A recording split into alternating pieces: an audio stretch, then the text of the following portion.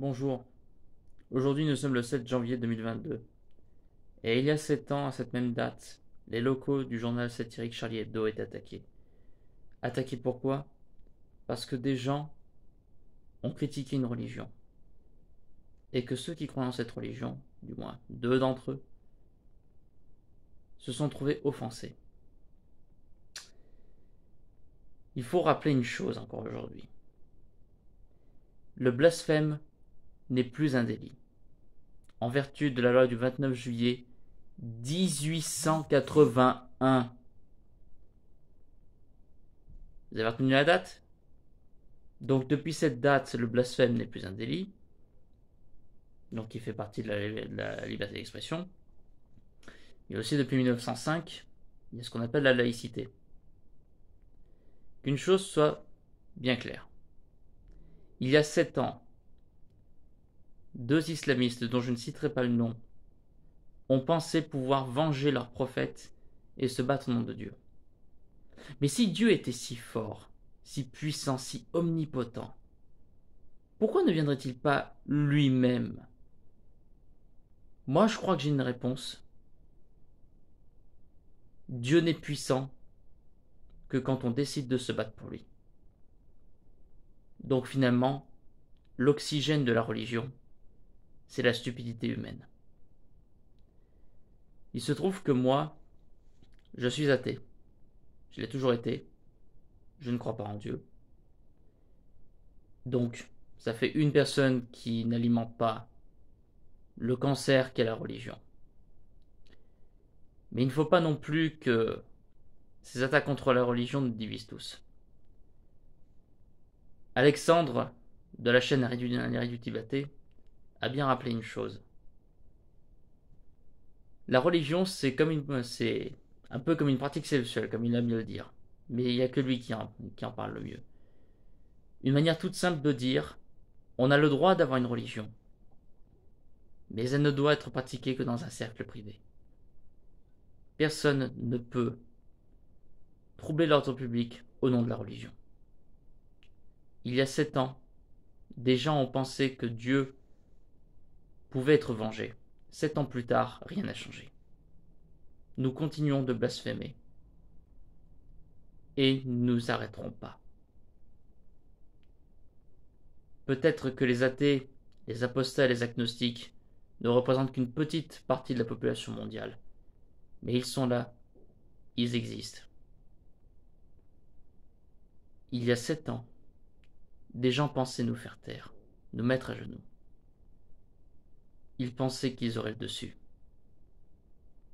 Ils n'ont pas réussi à nous faire plier. Maintenant, que les choses soient claires, je ne tiens pas à ce que tous les musulmans soient agressés. Simplement, leur religion doit rester au sein du cadre privé. Et ce qui vaut pour l'islam vaut également pour le judaïsme, le christianisme et toutes les autres religions. À la maison, on pratique la religion. Mais à l'extérieur, c'est la laïcité qui s'applique. Et que ça plaise ou non, nous avons le droit de critiquer les idées. Parce qu'elle est là la limite en fait. La limite, c'est de ne pas toucher les personnes qui croient. Tout simplement. C'est d'ailleurs écrit noir sur blanc dans la Déclaration des droits de l'homme et du citoyen. Toute personne a le droit de dire, écrire, imprimer ce que bon lui semble, tant qu'il ne trouble pas l'ordre public établi par la loi.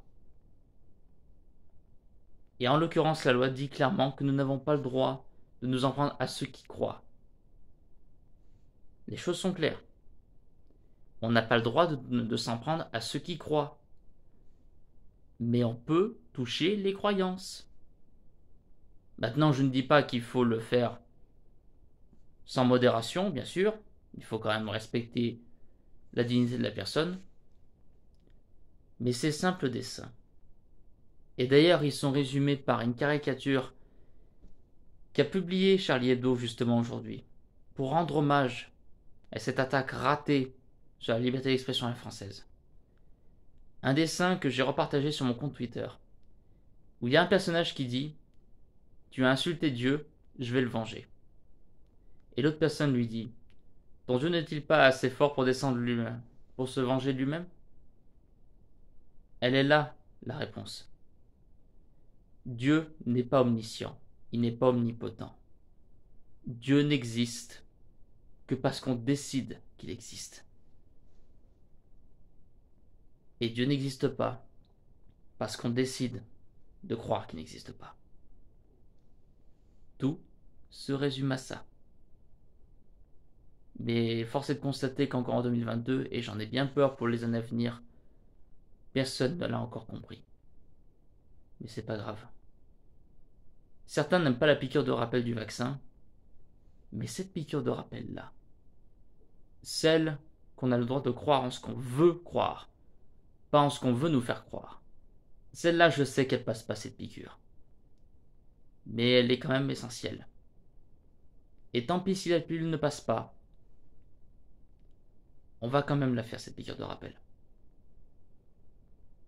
Ainsi va la France.